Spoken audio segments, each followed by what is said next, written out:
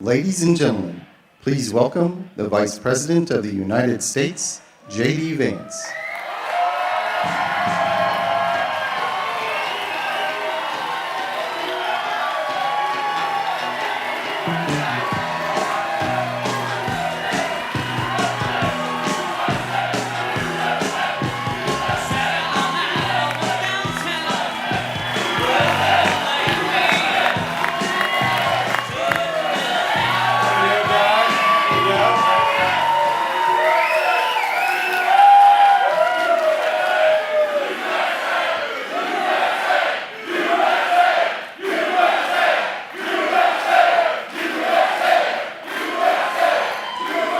Thank you.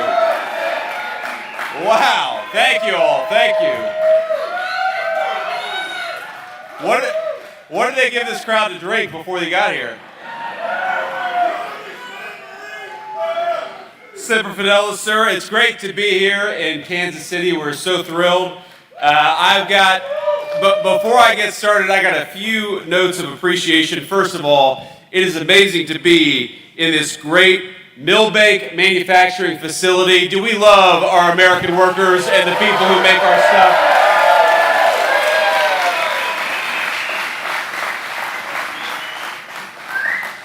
So I was talking to the owners beforehand, and they were telling me that COVID, you saw such a ramp up in business need and business use, and it reminds me that, you know, while a lot of us try to forget the craziness that was COVID 5-6 years ago, there were a lot of people who were sitting at home on a laptop doing absolutely nothing and collecting a paycheck. And there were a lot of people who had to come to work and build the things Americans need. They didn't get to sit at home and do nothing. You guys came to work, and we're proud of you for it, and we're grateful.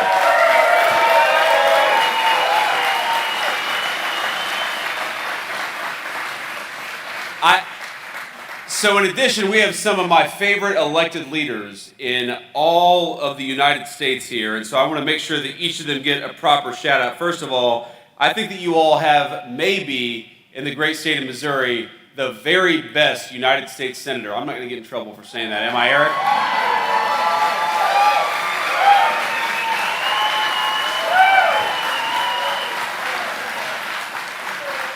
And if you do not have the best senator in all the United States, you've got tied for the best senator with Dr. Roger Marshall. So let's give a shout out to Doc Marshall and to Eric Schmidt.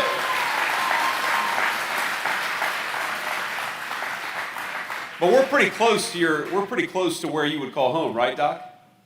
Very close. Okay, good. We love Doc Marshall. We love Eric Schmidt. Eric is a better baseball player, but if you need health care, count on Doc Marshall, not Eric Schmidt. All right. We got Congressman Jason Smith. Where's Jason Smith? Good to see you, Jason.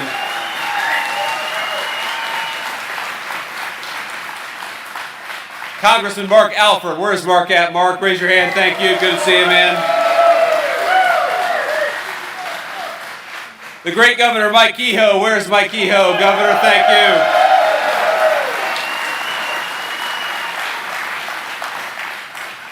Now, when we had that great Supreme Court case that said a crazy thing like maybe we shouldn't discriminate against people based on race, right? Very common sense. Maybe we should build our congressional districts to represent people rather than representing racial groups. Mike Kehoe jumped into action and working with the great congressional leadership here in the state of Missouri, gave us a brand new Congressional District 5, which I believe we're sitting in right now. Is that right? Okay.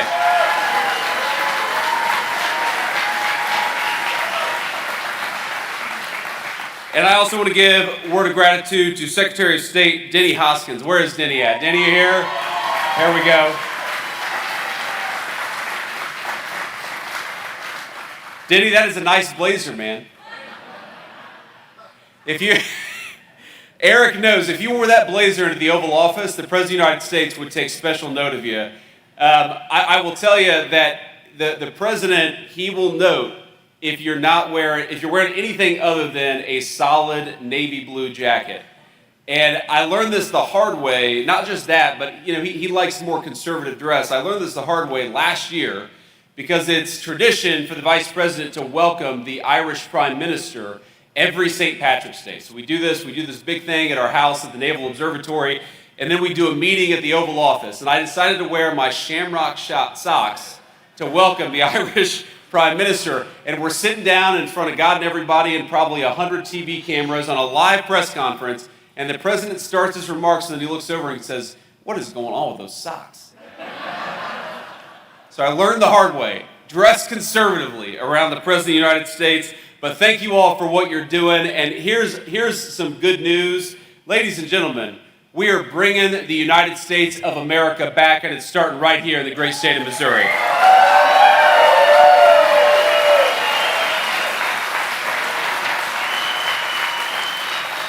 Now, I want to talk about just a few of the things that we've been doing to try to rebuild the United States of America, because I'm 41 years old.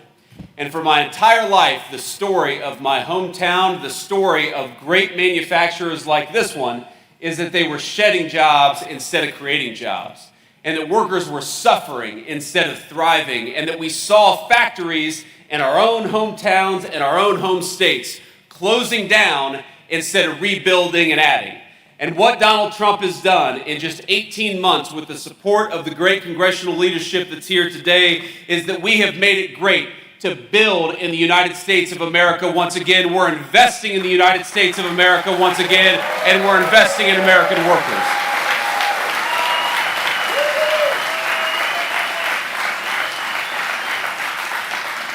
Now that is not an accident, my friends. It didn't happen through accident. It happened through the deliberate decisions of the President of the United States and some of these congressional leaders here today. You ask yourself, how is it that we shocked economists' expectations and we added 123,000 jobs just last month? How is it that we've seen the biggest growth in manufacturing employment last quarter that we have seen in this country since Donald J. Trump was president the first time? How is it that we've seen our construction workers and our manufacturers benefit from this great American economic recovery? And it's simple. We decided to put American businesses and, most importantly, American workers first for a change. We decided to fight for you instead of fight against you, which is what way too many leaders have been doing.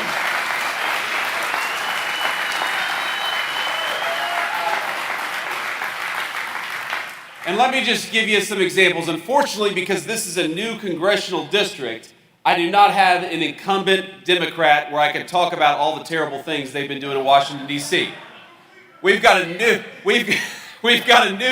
congressional district, and what that means is I can't talk about the fact that last year, when we passed the working families tax cuts that Jason Smith authored, and these guys fought for, you know, every single congressional Democrat, save, I believe, one, voted against it. When we decided to put more money in your pocket, every single congressional Democrat except one, a guy in Maine, voted against it. When we voted to reinvest in Missouri's manufacturing workers, every single congressional Democrat save one voted against it. Here's the simple fact. If you want congressional leadership that fights to lower your taxes, that fights to put more money in your pockets, and fights to protect your jobs, the only game in town is Donald J. Trump and congressional Republicans. We're fighting for you every single day.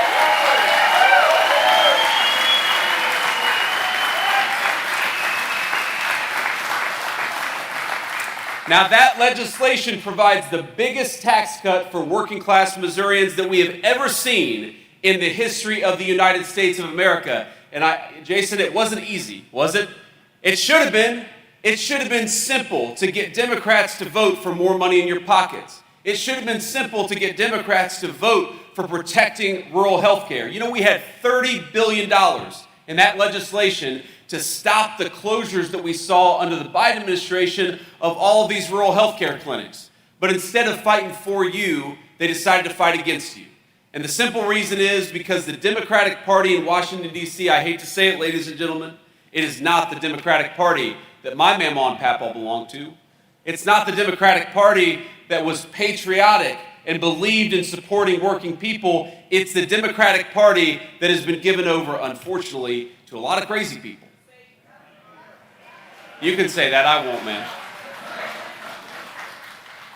Because while I believe I'm fundamentally, Eric Schmidt knows this, I'm fundamentally an optimist about the United States of America. I believe that we have dedicated and patriotic people, whether they've got a D next to their name, an R next to their name, or whether they're independent. But as much as the historical Democrat Party, and I'm sure a lot of Missouri Democrats love this country, congressional Democrats have lost their minds in Washington, D.C.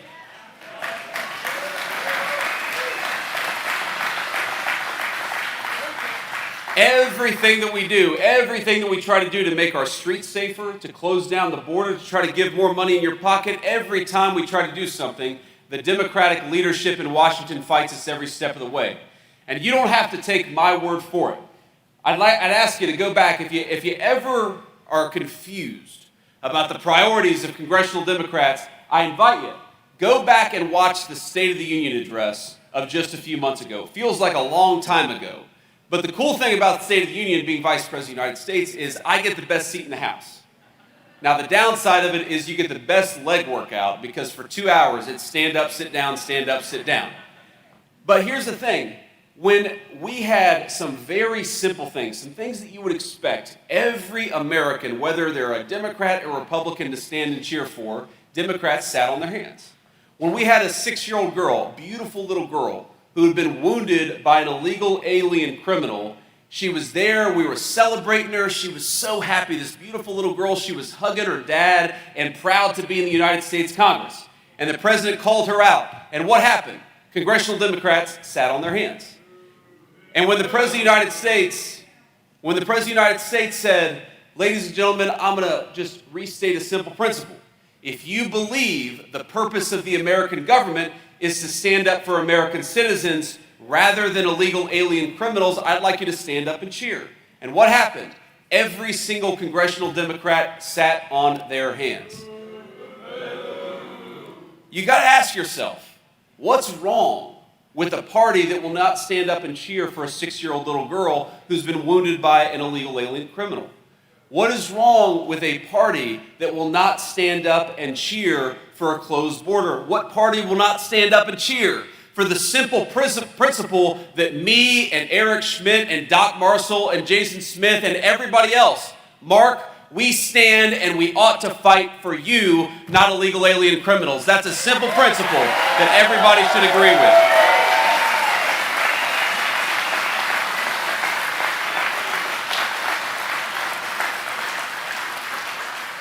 But I sit there, I'm behind the President of the United States, and it's not just that they sit on their hands, it's as there's no courage and no leadership.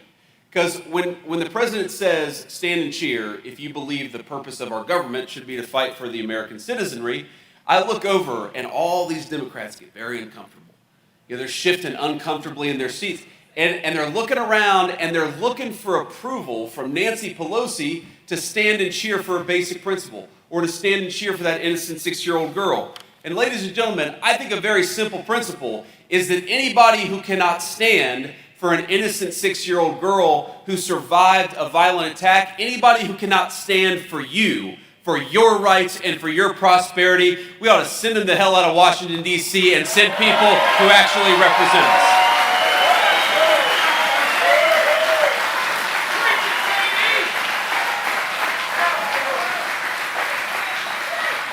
And that's what's going to happen. I don't know. Do we know who's running yet in this open congressional seat that we just created? Who is it? Taylor Burt's. Okay, Taylor Burt's, we wish you the best of luck. We got somebody, Mike Abebe. Mike, congratulations. We're rooting for any good Republican in this seat. But I don't know who the Democrat's going to be. We probably don't know who the Democrat's going to be. Who is it? Okay. I don't know who that is. But here's the thing. Here's the thing about this. That person, I guarantee you, I'm going to make a prediction. I'm going to play J.D. Vance the prophet. Coming up October, November, you're going to see television advertisements. And you're going to see radio advertisements. You're going to hear them.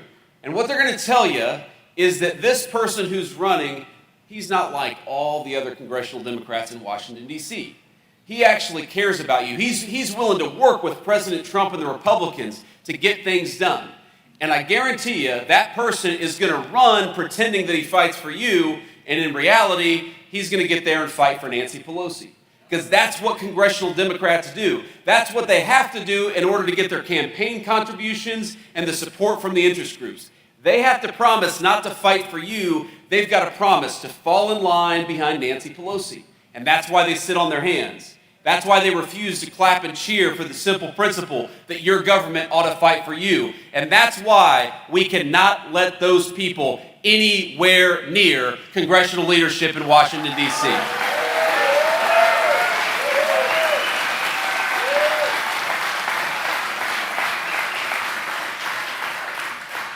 You know, at the State of the Union, the president gave me a very cool job. He decided to make me in charge of the fraud task force that we've been going after in Washington. And every day people ask me, they'll say, is that a hard job? And the President of the United States will say, you know, how are we doing finding fraud today? And I'll say, you know, honestly, fighting fraud in Washington, D.C., it's a little bit like fishing in a barrel with a nuclear weapon. It is the easiest thing to find. Every single day, my staff will bring me new reports of the ways that you're being defrauded.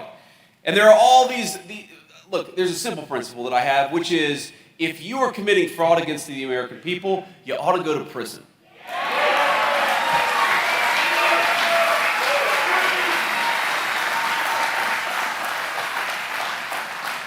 If you are a public official and you're not fighting against fraud, you ought to have your money taken away because you should not be able to steal from all of you and give it to fraudsters.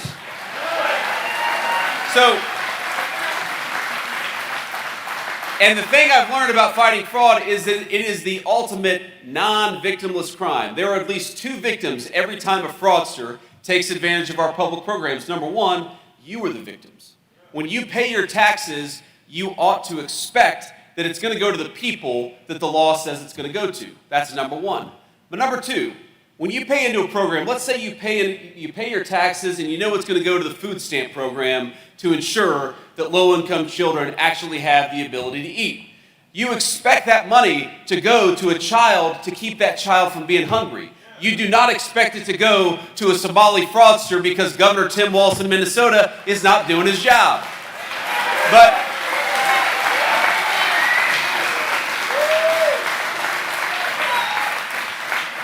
But here's the thing, every single day we are finding fraudsters all over this country who are getting rich off of your generosity and are taking food from the mouths of poor children.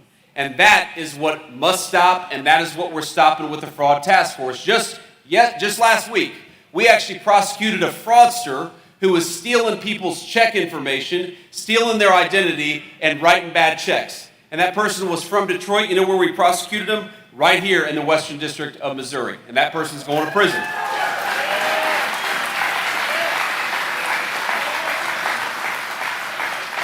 Let me tell you a story about a teacher who went to an assisted living facility, a person who served children her entire life. She goes into an assisted living facility, and a fraudster manages to get a court to appoint him as her power of attorney.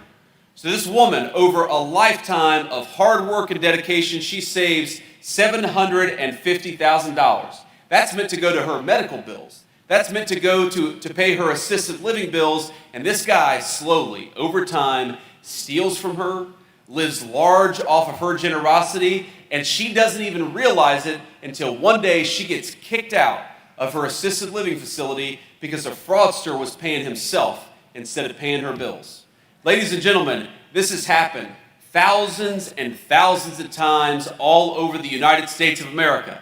And for 4 years, you had a president and an administration who encouraged the fraudsters to take advantage of you. Well, now you've got a president and an administration who encourages those fraudsters to go to prison, which is exactly where they belong.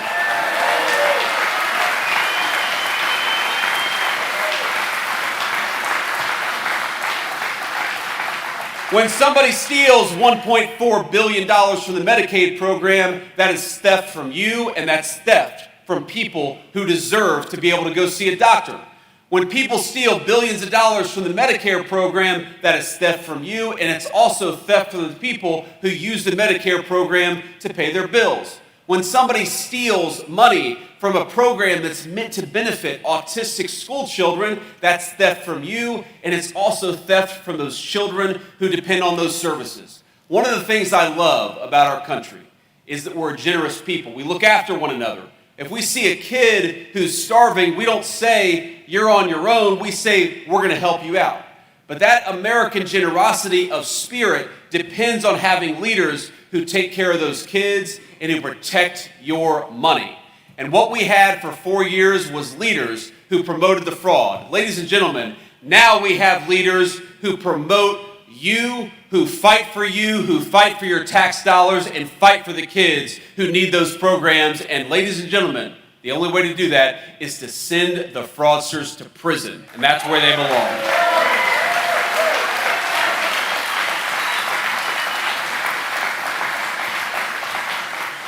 Now, I want to leave you with one final thought before we have to hit the road. I got to head back to Washington. As much as I'd like to stay for some Kansas City barbecue, duty calls.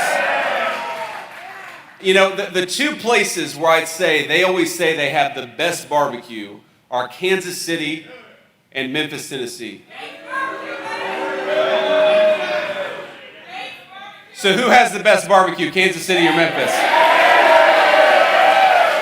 All right. I'll tell that to our Tennessee friends, but I think you're a little biased. If I'm being honest, you're just a little biased. But here's the thought I want to leave you with. I think like a lot of you, I didn't grow up with a silver spoon. I didn't grow up with everything handed to me. I was raised by a mamaw and papaw. My papaw was a union steelworker for 40 years, and my mamaw was the person who took care of me when drug addiction made it hard for my own mom to take care of me herself. And one of the things that I always remember is that Mamaw would often struggle, and she would often try to, penny pinch, like a lot of people do. She would decide sometimes, this month I'm going to have to cut back on medications in order to afford groceries, or the next month she'd do the opposite. A lot of these debates, a lot of these conversations that people have to have when things get tight. And I remember as I was growing up in Middletown, Ohio, I'd read the newspaper, or I'd just drive down the street and I'd see another factory that employed one of my friend's dads was closing down. Instead of adding jobs, they were shedding jobs. And I remember thinking to myself, why is it like this? Why is it that we have leaders who allow our jobs to get shipped to Mexico and China? Why is it that we have leaders who don't fight for hardworking taxpayers like my grandmother, but fight for the people who are getting rich by defrauding the system? And I realized it was a simple question of political leadership. The reason why those people were not fighting for you, the reason why they were sending jobs overseas, the reason why China and Mexico were building while the United States was shrinking, it was a simple question of political leadership. You had people in Washington who weren't fighting for you. And what I aim to do, and what the President of the United States aims to do every single day, is to be a president who fights for you, who fights for your jobs, who fights for your tax dollars, who fights for your money, and fights for your safety. Now, I happen to believe that one of the things that really made America great, and that we got away from the last few years, is that whether you were rich or poor, you had public safety. We had security in our neighborhood. We didn't grow up with a lot of money. We didn't grow up with a lot of extra benefits, but you know what we had, because the police were empowered to do their job in my little town in southwestern Ohio, is that we had safety. I felt like I could walk down the street without getting mugged or robbed. That was a good thing.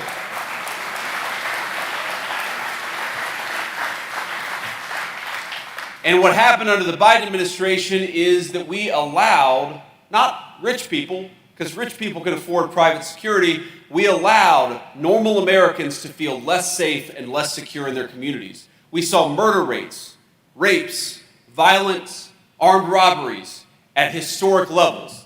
And in just 18 months under Donald Trump's leadership, by empowering our local law enforcement and empowering the police officers who keep us safe, we have the murder rate at the lowest level in 127 years.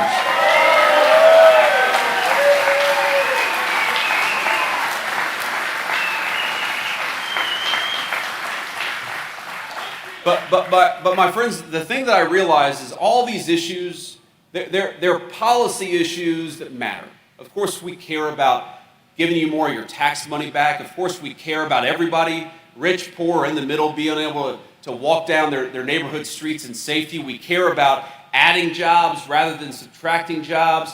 But all of these things are policy issues. They are symptoms of a deeper cause.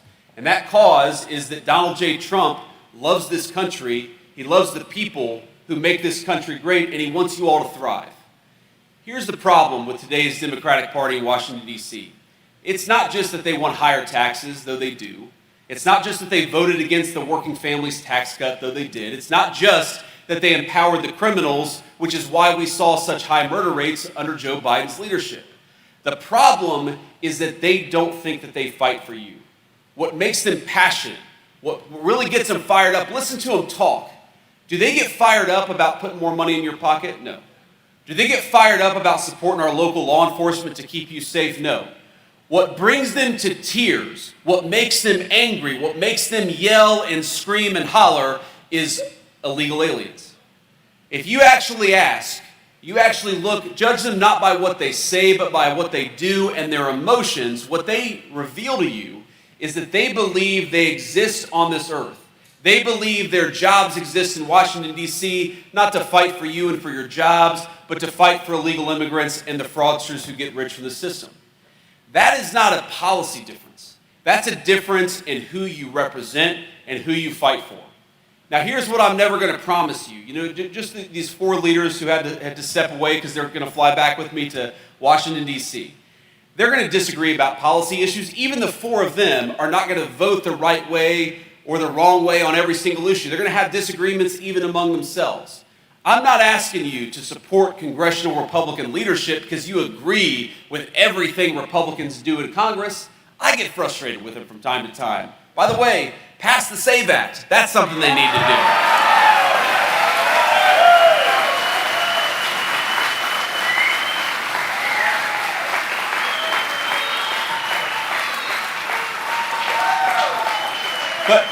But even, I'm not going to tell you I'm right about everything, except maybe I am.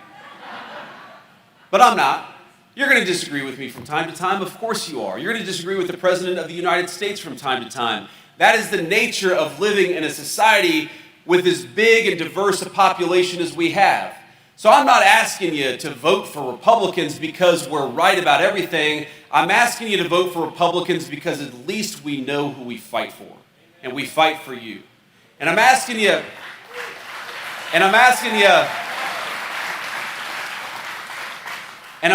to vote against Democrats because they don't know who they fight for. Or if they do know, they're fighting for illegal aliens and they're fighting for fraudsters. You know, we've gotten no help from congressional Democrat leadership on this anti-fraud task force. And with the exception, we actually have, to their credit, a few of the blue states have been helpful in fighting against fraud. A few of the blue state governors and their leaders have been helpful. But by and large, most of the big city states, the big city mayors and the big state governors, they have fought tooth and nail against our anti-fraud efforts. You ask yourself, how do we get there? How do we get to a political party that promotes fraud and illegal immigration? And the simple fact is that this is not my grandparents' Democrat Party. Something has changed. Something is profoundly different about the modern leadership of today's Democrat Party. And so I'm not going to ask you to agree with us on every issue because that would be impossible. What I will ask you is if you want to make America great, if you want to protect your jobs and hopefully build jobs in this beautiful factory, if you want to make our streets even safer, if you want to rebuild the American dream for the next generation, vote against the crazy leadership in Washington, D.C.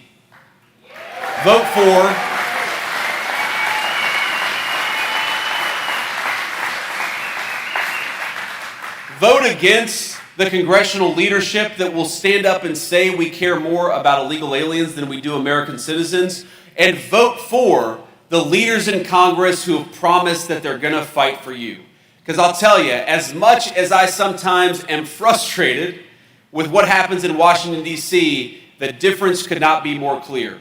There is one set of leaders who fight for you, that's the congressional Republicans, and there is one set of leaders who seems to relish fighting for illegal aliens over the people who built this country. So let me leave you with just one final thought. I remember, and I think a lot of you are probably like this, I remember driving through my hometown and thinking to myself, why is it that we struggle while other people seem to thrive? Why is it that if you try to work the system, you seem to make a lot of money, but if you work hard and play by the rules, the leadership seems to punish you? What I promise you every single day is that the President and the Vice President of the United States, the President and Vice President of this administration, we wake up trying to see this country through the eyes of a kid like me. We wake up trying to protect your job. We wake up trying to make your community safer. We wake up every single day recognizing that we have the coolest jobs anywhere in the world because this is the greatest country anywhere in the world.